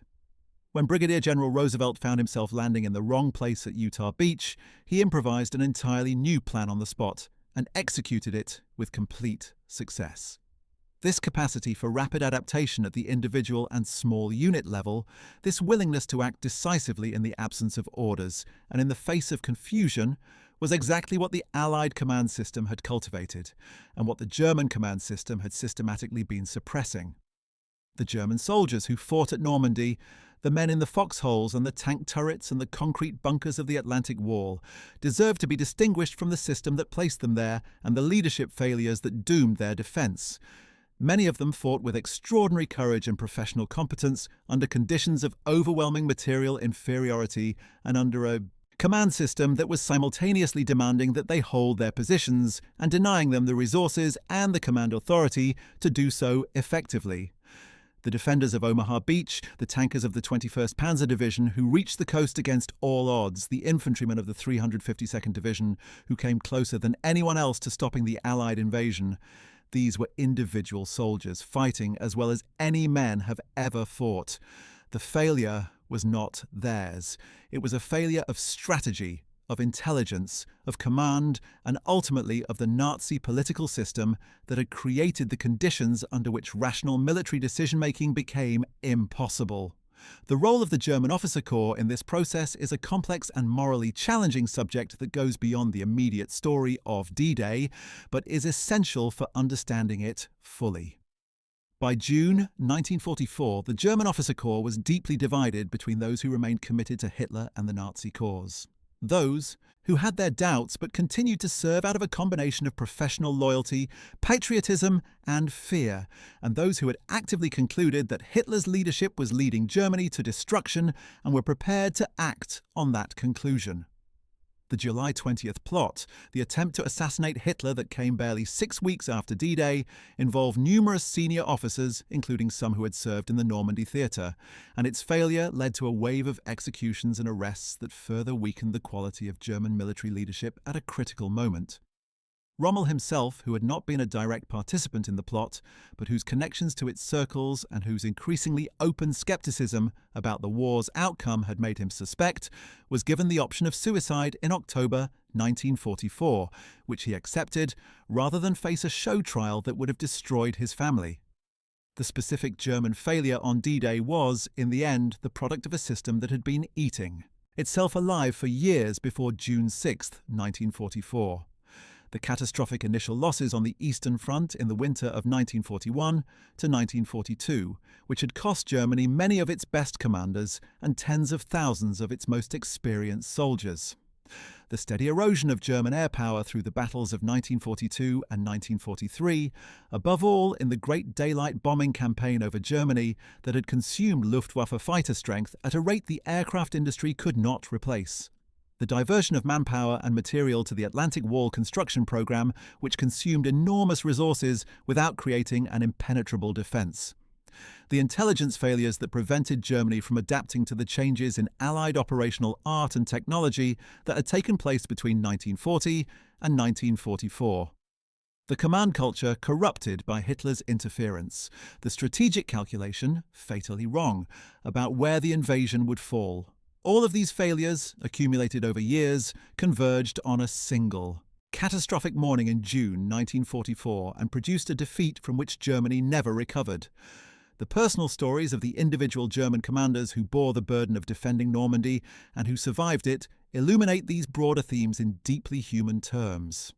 Field Marshal von Rundstedt, who had watched the invasion unfold with a clarity about its implications that his superiors refused to share, was dismissed on July 2nd after his famous remark to Field Marshal Keitel about making peace. He was replaced by von Kluge, who was replaced by Model, as Hitler churned through his commanders in the West looking for someone who could achieve the impossible. Von Rundstedt was recalled one more time in September 1944 to serve as commander in the West again, a position he held until March 1945. He died in 1953 in Hanover, having avoided trial for his health reasons, an old soldier who had watched his country's cause go from the heights of 1940 to the rubble of 1945 and who had never quite been able to separate his professional duty from the political catastrophe his commanders had created. General Geyer von Schweppenburg, whose argument against Rommel's defensive concept had contributed significantly to the fatal Panzer compromise, was wounded by an Allied air attack on June 10th that killed most of his staff and destroyed his headquarters. He survived and lived until 1974, writing about military history and occasionally defending his pre-invasion views, though the course of events on June 6th had done more to refute them than any argument could. General Fritz Bayerlein of Panzer Lehr, whose division was effectively destroyed in the Cobra bombing and the subsequent American breakthrough, lived until 1970 and became one of the most frequently interviewed German commanders about the Normandy campaign, providing eyewitness testimony about the devastating effects of Allied air power that historians have relied on ever since. General Heinrich Eberbach, who commanded the German armoured forces in the Caen sector during the most critical phase of the campaign, was captured in August 1944 and spent several years as a prisoner of war before his release. He died in 1992 at the age of 97, outliving virtually every other senior German commander of the Normandy battle. SS Brigadeführer Kurt Meyer, Panzermeyer, commander of the 12th SS Panzer Division in its ferocious early counterattacks against the Canadian beachhead, was convicted of war crimes related to the murder of Canadian prisoners of war and sentenced to death, a sentence later commuted to life imprisonment. He was released from prison in 1954 and died in 1961, a controversial figure to the end, celebrated by some German veterans as a great combat commander and condemned by Canadians and others for the crimes committed under his command. To fully appreciate the scale of the German failure at Normandy, it is worth stepping back from the individual decisions and commanders and looking at the broader strategic picture that made those decisions both so consequential and so constrained. The summer of 1944 was the moment at which the fundamental arithmetic of the Second World War became undeniable to anyone who was willing to look at it clearly. Germany was fighting simultaneously on three major fronts: the Eastern Front against the Soviet Union, which was by far the largest and most demanding of the three; the Italian Front, where Allied forces were slowly grinding their way north against tenacious German resistance; and now, after June 6th, the Western Front in France. Against this three-front commitment, Germany had an army that was significantly smaller than it had been in 1941, with fewer experienced officers and NCOs, with equipment production that could not keep pace with losses on the Eastern Front alone, and with a manpower base that had been strained to the breaking point by years of total war. The Soviet summer offensive of 1944, Operation Bagration, was launched on June 23, 1944, barely 2 weeks after D-Day, and it was the largest Soviet offensive of the entire war. It tore apart Army Group Center on the Eastern Front, destroying 28 German divisions and killing or capturing several 100,000 German soldiers in a matter of weeks. The timing was not coincidental. The Soviets and the Western Allies had coordinated their offensives precisely to prevent Germany from transferring forces from one front to deal with a crisis on another. Germany, faced with simultaneous catastrophic crises on two fronts, simply did not have the resources to deal adequately with either one. Every Panzer division that was fighting in Normandy was a Panzer division that was not available to plug the gaps being torn in Army Group Center. Every replacement soldier sent to France was a replacement soldier who could not help stabilize the shattered front in Byelorussia. Germany was being bled white simultaneously from east and west, and there was nothing that individual tactical excellence in Normandy, however admirable, could do about it. This strategic context makes the argument that different command decisions at Normandy could have won the battle look less compelling than it might initially appear. Even if Rommel's panzer positioning concept had been fully adopted, even if the OKW reserve had been released in the first hour of June 6th, even if fortitude had failed and the Germans had correctly identified Normandy as the invasion target, the Allies would have been landing with 156,000 men on D-Day alone, backed by 7,000 ships and 12,000 aircraft, against a German force that was substantially outnumbered in every category of military power, except, arguably, the quality of some of its individual weapon systems.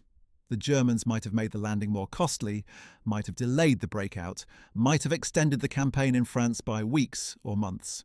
But the notion that they could have made Normandy a defeat comparable to Gallipoli, forcing the Allies to abandon the invasion and try again, or that they could have held France indefinitely against the combined power of Britain, America, Canada, and the forces of Free France, does not survive serious scrutiny. The German failure at Normandy was, at its deepest level, the failure of a political system that had bet the existence of the German state on military conquest, had pursued that conquest with a savagery that made genuine peace impossible, and had then created a command structure so dependent on the personal authority of one man that it could not function effectively without him. Hitler's micromanagement of military decisions that should have been left to professional commanders, his insistence on holding every inch of territory rather than conducting the elastic defences that the Wehrmacht's tactical tradition actually favoured, his elevation of loyalty over competence in selecting commanders, his refusal to accept the strategic realities that professional soldiers were trying to communicate to him, all of these were features of a political system in which rational analysis had been subordinated to ideology and personal power. The generals who served this system, men like von Rundstedt and Keitel and Jodl, were not all fools or cowards or criminals, though some were all three. Many of them were genuinely capable professionals who had been placed in an impossible situation by the political choices of the government they served.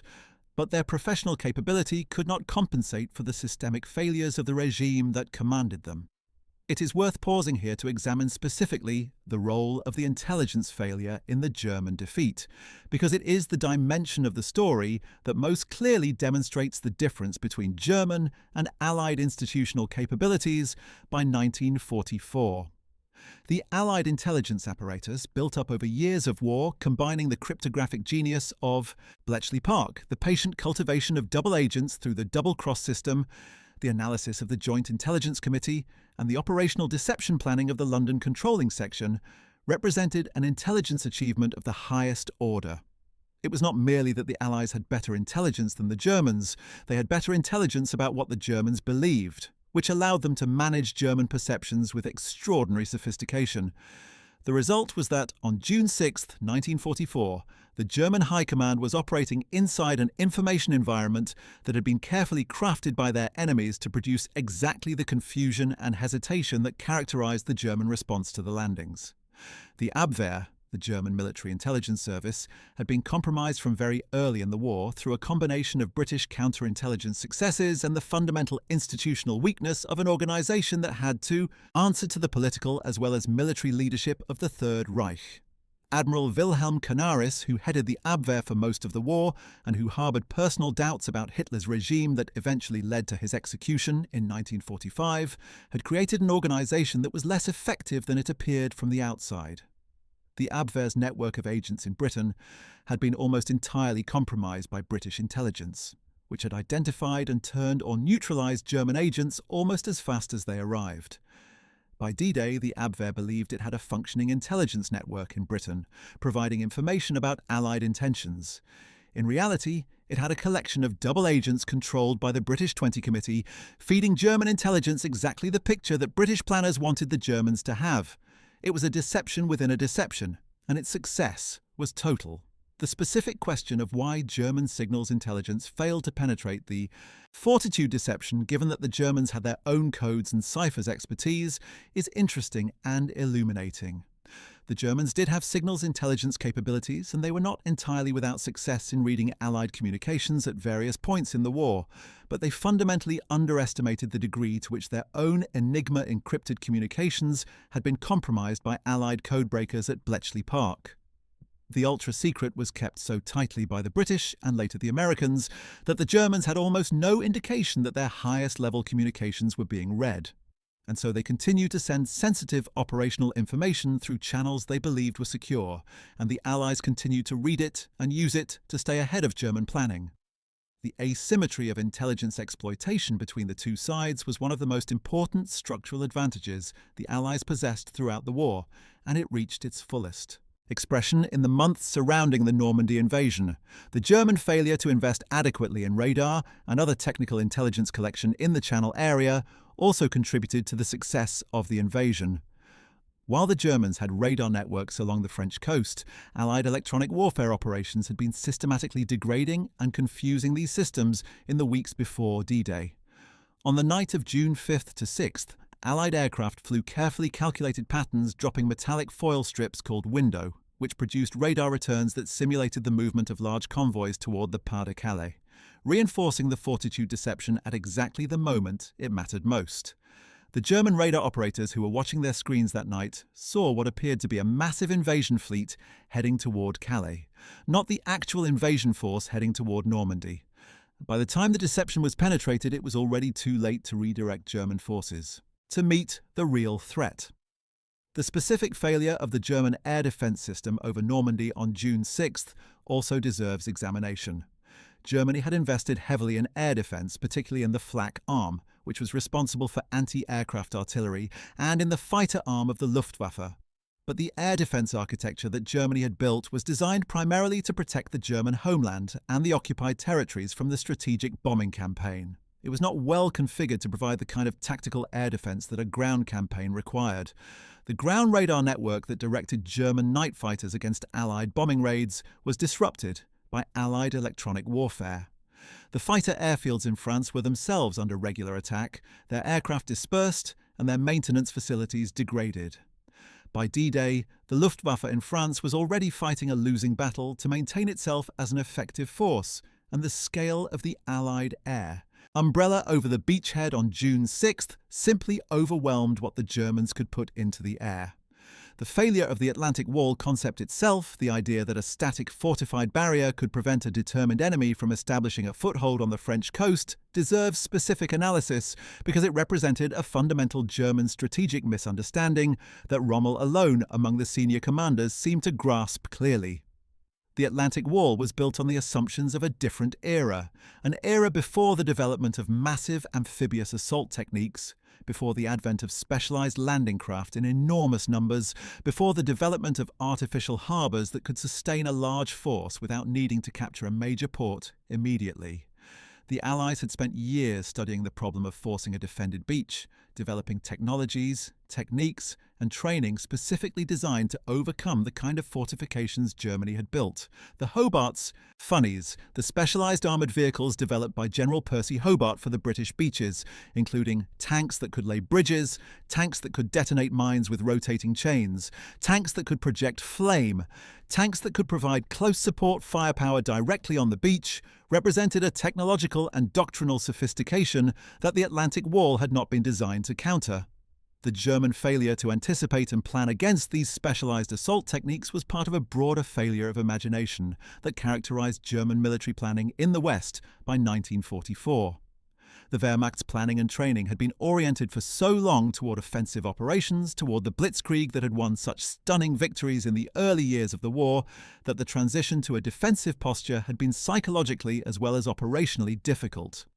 Many German commanders were still thinking about how to exploit success rather than how to deny it to an enemy who was unquestionably going to attack.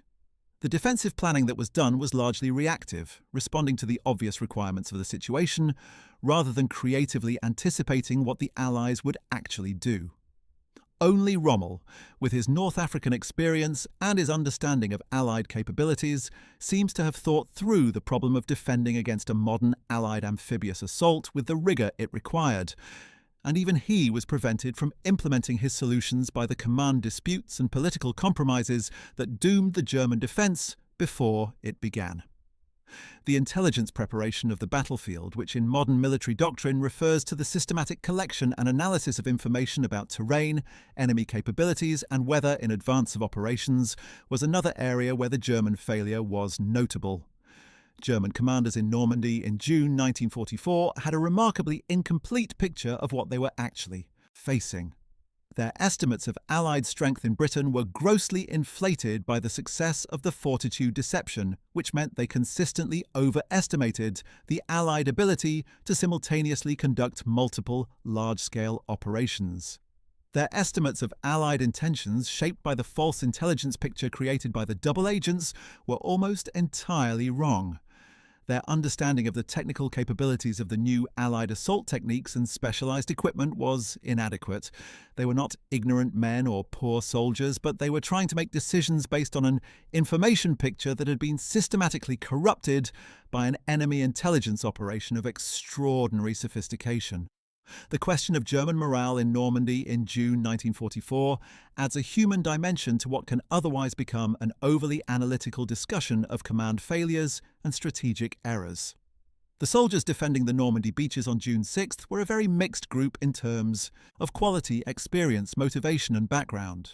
At one extreme were the elite SS divisions and the veterans of the Eastern Front in units like the 352nd Infantry Division. Men who had seen the worst that modern warfare could produce and who were still committed to fighting regardless of the odds. At the other extreme were the Osttruppen, the battalions and regiments composed of former Soviet soldiers from the occupied territories, men who had been captured on the Eastern Front and who had agreed to serve in the German army for various reasons, including the desperate desire to escape the conditions of German prisoner of war camps. These units varied enormously in quality and reliability, and the knowledge that some of the Atlantic Wall's garrison consisted of men who had no particular loyalty to the German cause was another factor in Rommel's pessimism about the static defence concept. In between these extremes were the various grades of German infantry that made up the bulk of the Atlantic Wall garrison, static divisions that had been formed specifically for coast defence, regular infantry divisions that had been depleted by the demands of the Eastern Front and rebuilt with a mixture of veterans and new recruits, and various support and administrative units that had been given a combat role for which they had not been specifically trained. The heterogeneous quality of this garrison was itself a product of the demands that the Eastern Front had placed on German manpower. The divisions that were held in France were in many cases the ones that the Wehrmacht could most afford to spare from the grinding attrition of the Soviet front, which meant they were often the second or third tier of the available force, not the best Germany had to offer. The elite units, the SS Panzer divisions and the experienced regular Panzer and Panzer Grenadier formations were in France in part because their presence there was necessary for any realistic hope of defeating the invasion, but they were the exceptions in a garrison that was in many ways defined by its weaknesses. What would the outcome have been if Germany had won at Normandy? It is a question that military historians and war game enthusiasts have debated endlessly, and it is worth considering seriously even though it amounts to speculation. If the Allied invasion had been repulsed with heavy losses in June 1944, the immediate consequences would have been enormous. Eisenhower might have faced the prospect of attempting another invasion later in 1944 or in 1945. The political pressure on Churchill's coalition government and on Roosevelt's administration would have been intense. The liberation of France would have been delayed by months at minimum. and the Soviet advance from the east would have continued regardless, increasingly rendering the question of whether the Western Allies could force a landing almost irrelevant, since the Red Army was systematically destroying the Wehrmacht's capacity to resist. But a deeper counterfactual suggests that even a German victory on the beaches would have been a temporary one. The Allies had the resources and the industrial base to attempt the invasion again, with better planning for whatever went wrong the first time. The strategic bombing campaign against Germany would have continued, further degrading German military production. Soviet pressure on the Eastern Front would have continued to grind down German strength, and at some point, whether in 1944, 1945 or later, the accumulated weight of Allied material superiority would have produced a landing that succeeded. The German defeat in the Second World War was not decided at Normandy. It was decided when Germany chose to fight simultaneously against the British Empire, the Soviet Union, and eventually the United States, three of the four largest industrial powers in the world. Normandy was where that fundamental strategic reality was given its most dramatic and definitive military expression. The lasting lessons of the German failure at Normandy have been absorbed into military doctrine and planning around the world in the decades since 1944. The importance of command culture, of empowering subordinate commanders to act decisively in the absence of orders, has been recognized as a fundamental principle by virtually every major military organization that has studied the campaign. The danger of over-centralized command, of creating systems so dependent on the personal authority of a single leader that they cannot function when that leader is unavailable or makes a catastrophic decision, has been identified as one of the key structural vulnerabilities exposed by the German experience.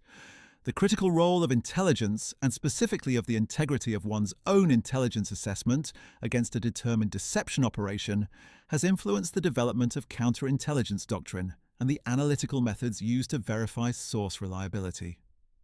The question of how to balance the advantages of fixed fortification against the need for mobile defense, the fundamental dispute between Rommel and Geyer von Schweppenberg that was never satisfactorily resolved, has continued to be relevant in military planning for amphibious and coastal defense operations ever since. Military planners who have studied Normandy have generally concluded that Rommel was right in principle, that the beach itself is the decisive point in any amphibious defense, and that reserves must be positioned close enough to intervene before the landing force can consolidate. But they have also noted that the conditions that made Rommel's approach necessary, specifically the overwhelming Allied air superiority, are conditions that a defender in a future conflict might not always face, making the calculation more complex than a simple endorsement of Rommel's position.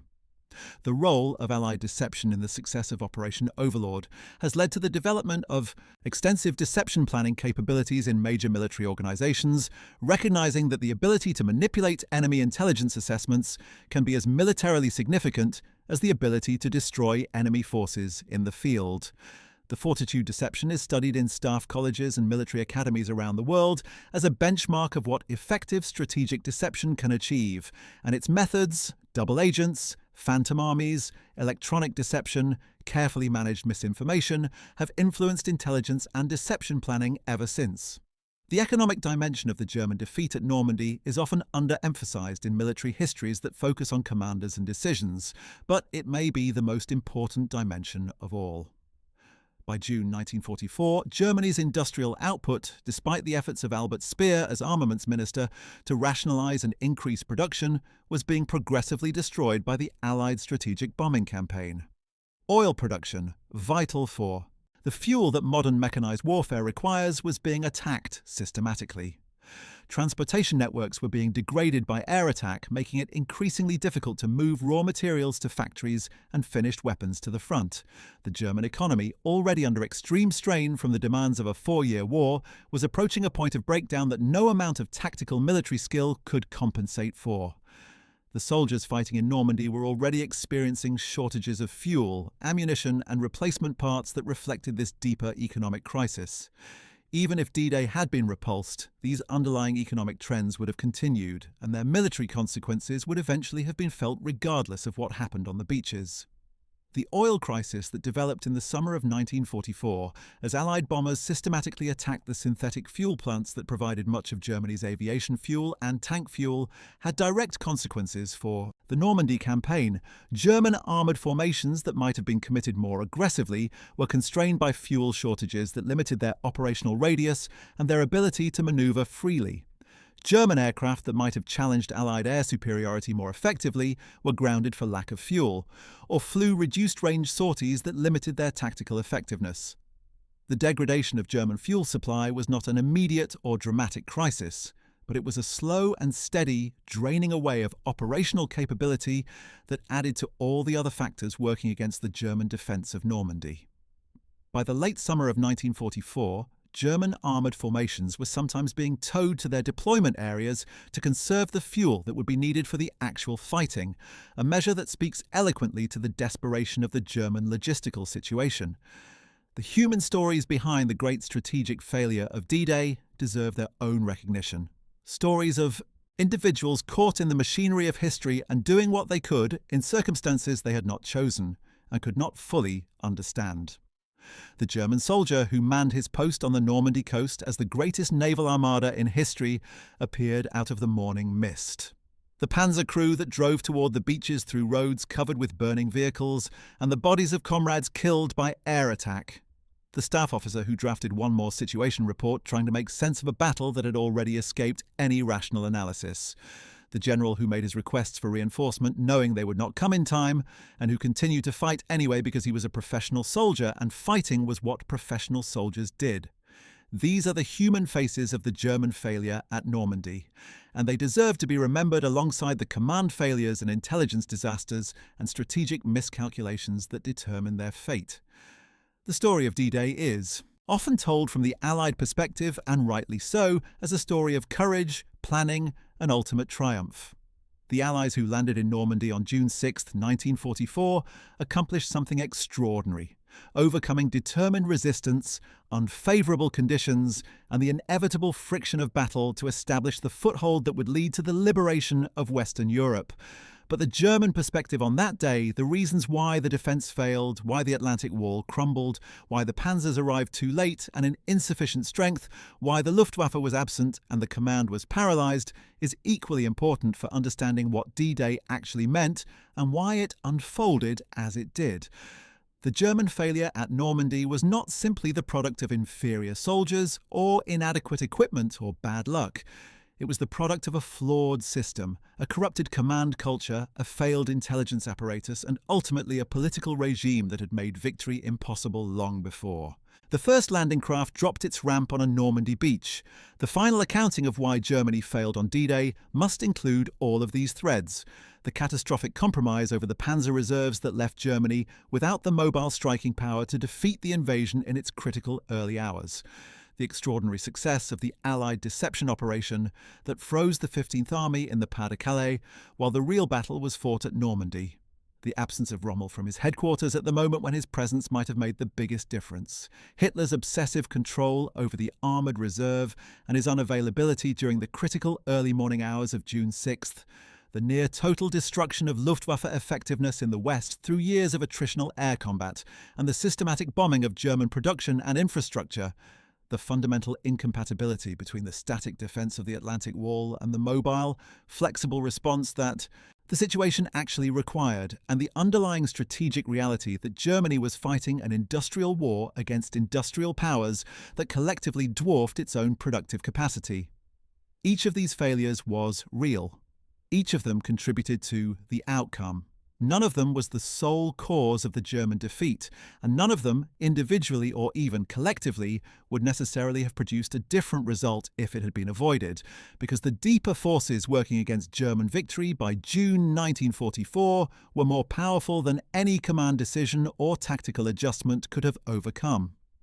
But they were failures nonetheless, and they matter because they illustrate how a military force that had once been among the most effective in the world had been brought to a state in which it could not defend its most vital positions against an attack it knew was coming. The German army that defended Normandy was not the German army that conquered France in 6 weeks in 1940. It was The remnant of that army, exhausted and depleted, and commanded by a system that had turned its greatest strength, the creative initiative of its officer corps, into a liability by demanding conformity to Hitler's vision above all else. When the last German defenders of the Normandy beachhead were overwhelmed in the hours of June 6, 1944, and the Allied foothold was secured, the fate of Nazi Germany was effectively determined. It would take another 11 months of bloody fighting to complete the formal military defeat of the Third Reich. The Falaise Pocket, the crossing of the Rhine, the final drive to Berlin, all lay in the future. But the outcome, the absolute military defeat of Germany and the end of the Nazi regime, had been sealed on the beaches of Normandy.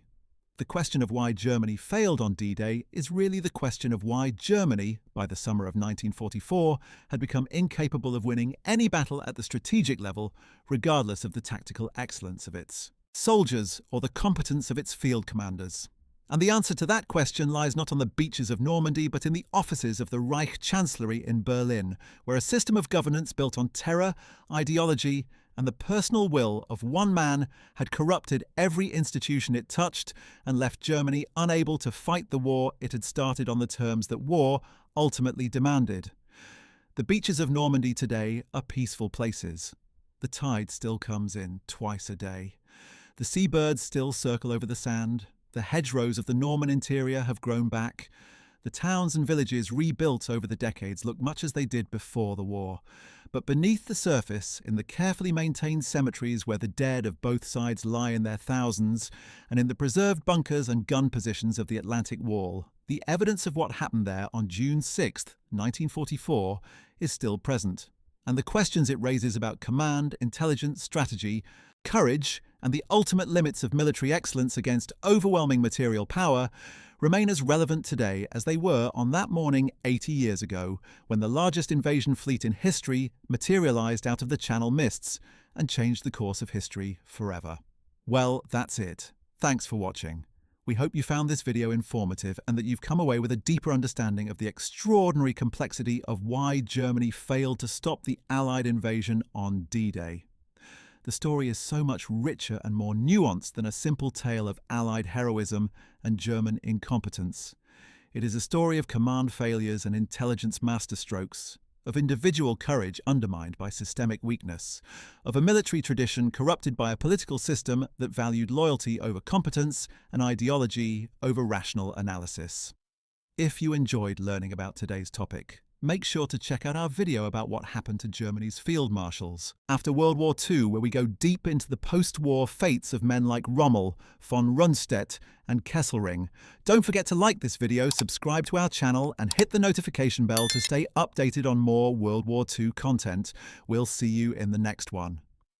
Before we close, it is worth revisiting in more detail one of the most overlooked aspects of the German failure at Normandy: the failure of the German army's own internal communications on June 6th, and how this failure cascaded through the entire command structure during the most critical hours of the battle. The German military communications network in France had been built around a combination of landline telephone, radio, and motorcycle courier. In the months leading up to the invasion, Allied air forces and French resistance fighters had systematically degraded this network, cutting telephone lines, destroying relay stations, and attacking the infrastructure that would carry the orders on which the German response to any invasion would depend. The airborne landings in the early hours of June 6th added enormously to this disruption, as American paratroopers of the 82nd and 101st Airborne Divisions and British paratroopers of the 6th Airborne Division cut cables, seized key junctions, and created such chaos behind the German lines that commanders at every level found themselves effectively isolated from accurate information. The specific impact of this communications failure on German decision-making on June 6th cannot be overstated. German Corps and Army headquarters were receiving fragmentary, contradictory, and often hours-delayed reports from the front. The picture of what was actually happening on the beaches was so confused and incomplete that commanders making decisions about where to send their reserves were effectively operating blind. When General Marks at 84th Corps tried to get accurate information about the situation at Omaha Beach in the early hours of the morning, his requests were met with static, silence, and conflicting reports from units that had themselves lost contact with their subordinate formations. The 7th Army headquarters, responsible for the entire Normandy sector, was receiving information that was hours out of date, and in some cases entirely false, the product of units that had lost contact with reality as thoroughly as they had lost contact with their headquarters. This communications breakdown affected the entire German response at every level simultaneously. Rommel at Herrlingen, receiving reports through channels already degraded by the airborne landings, had an inadequate picture of events that was hours behind the reality on the ground. Von Rundstedt at his headquarters at Saint-Germain-en-Laye, further from the action and dependent on even longer communication chains, knew even less. Hitler's headquarters in Berchtesgaden, at the far end of the most elongated possible command chain, was receiving information that was so filtered and delayed that the decisions being made there bore only a loose relationship to the actual situation at the front. Meanwhile, the Allied commanders, with the benefit of ultra-decrypts, aerial reconnaissance, and a communication system that had been built and tested specifically for this operation, had a far more accurate picture of what was happening. This information asymmetry, the difference between what Allied commanders knew about the battle and what German commanders knew, was another of the structural advantages that contributed decisively to the Allied success. The preparatory actions of the French resistance in the days and hours leading up to D-Day also played a role in the German failure that deserves explicit recognition. The resistance had received the coded signal for action in the BBC's personal messages broadcast on the night of June 5th, the lines from a poem by Verlaine that had been prearranged as the signal for the resistance to execute its sabotage. Plans. Across Normandy and the rest of occupied France, resistance fighters cut telephone lines, sabotaged rail junctions, derailed trains, and conducted dozens of small acts of disruption that added to the confusion of the German communications network. These actions were not individually decisive, but collectively they contributed to the picture of chaos and uncertainty that paralyzed German decision-making during the critical early hours of June 6th. The German security services in France had been working to suppress the resistance throughout the occupation, but they had not been able to destroy it, and on the night the invasion came, the resistance extracted some measure of revenge for 4 years of occupation. The specific case of the German 7th Army's Chief of Staff, General Max Pemsel, on the night of June 5th to 6th, illustrates how even those German commanders who read the situation most accurately were prevented from acting effectively by the failures of the system above them. Pemsel was one of the first senior German officers to conclude, from the reports coming in of paratrooper drops and naval activity, that this was the real invasion. He contacted 15th Army headquarters and was told that the 15th Army area was quiet, suggesting that the activity in the 7th Army area might be a diversion. He persisted, pushing his assessment up the chain of command, but the system was not designed to act on the judgment of a chief of staff without confirmation from above. By the time his assessment had been accepted at higher levels, the critical hours had passed and the beachhead was secure. Pemsel's story is a small but revealing example of how the German command culture, corrupted by years of Hitler's insistence on personal control over key decisions, had created a system in which good judgment at the operational level could not translate into timely action without authorization from above. The debate within German military circles about the lessons of Normandy began almost immediately after the battle and continued in the post-war memoirs, interviews and historical studies that occupied many of the surviving German commanders. The fundamental tension in this debate was between those who emphasized Hitler's catastrophic interference in military decision-making as the primary cause of the defeat, and those who acknowledged the deeper structural factors, Allied material superiority, the success of the deception operation, the state of the Luftwaffe, that made the outcome virtually inevitable, regardless of any specific command decisions. The former group, which included many senior officers who had survived the war and were anxious to preserve their professional reputations and distance themselves from the crimes of the regime, had a natural interest in attributing all failures to Hitler's personal direction and exempting themselves from responsibility. The latter group, which includes most serious military historians who have studied the campaign, recognized that while Hitler's errors were real and significant, they occurred within a context of German strategic overextension and material disadvantage that no commander could have overcome. Field Marshal Albert Kesselring, who served in the Mediterranean theatre and then briefly in the West before Germany's defeat, offered one of the more candid and thoughtful assessments of why Germany failed in Normandy, though naturally it was filtered through his desire to defend the professionalism of the Wehrmacht. He acknowledged that the division of command authority over the Panzer Reserve was a fatal error. that the communications failures were devastating, and that Allied air power had made the strategic situation essentially hopeless before a single Allied soldier set foot on a Normandy beach. He stopped short, characteristically, of placing blame directly on Hitler, but the implications of his analysis were clear enough. Kesselring would later be tried by a British military court for war crimes committed in Italy, convicted and sentenced to death before having his sentence commuted to life imprisonment and eventually being released in 1952. His post-war writings on Normandy, like those of virtually every German commander who survived the war and wrote about it, must be read with an awareness of the author's agenda and the selective nature of memory and self-justification.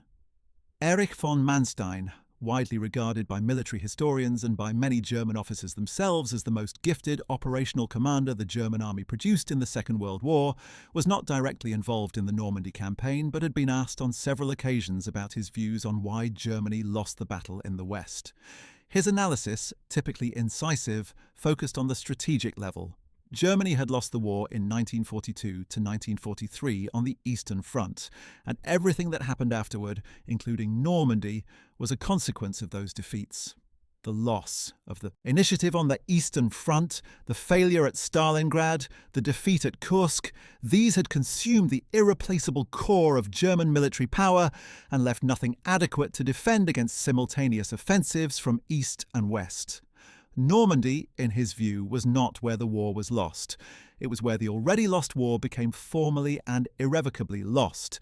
This is a characteristically lucid analysis from a man who had spent the war at the very highest levels of German operational command, and who understood as well as anyone what strategic defeat actually looked like when it was happening. The final verdict on why Germany failed at Normandy is not a simple one, and any attempt to reduce it to a single cause or a handful of decisions does a disservice to the extraordinary complexity of what happened on and around June 6, 1944. It was the product of years of strategic errors, institutional failures, intelligence disasters, and command culture corruption.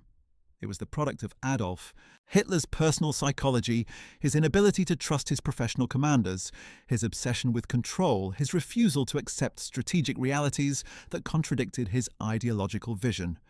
It was the product of the extraordinary Allied intelligence and deception operation that shaped German perceptions for months before the invasion and for weeks afterward. It was the product of 4 years of attrition on the Eastern Front that had consumed the men and material that might have made the difference in France. It was the product of Allied air supremacy that had been established at enormous cost and that made every German operational plan in the West hostage to the movement of aircraft they could not stop. And it was the product of the fundamental strategic reality of 1944 that Germany was fighting a war it could not win against enemies it could not defeat, with resources it did not have in service of a political project that had already committed the most terrible crimes in modern history. On the beaches of Normandy on June 6, 1944, all of these failures converged into a single decisive defeat. The Germans fought hard in many places and well in some, but they could not overcome the structural conditions that had been working against them for years. The Atlantic Wall crumbled. The Panzers arrived too late. The Luftwaffe was absent. The command was paralyzed. And the largest invasion in history established a foothold in France from which it would never be dislodged. The reason Germany failed on D-Day was, ultimately, the reason Germany failed in the Second World War. It had bet on military conquest against opponents it could not defeat, and when the bill for that bet came due, it had nothing left to pay it with.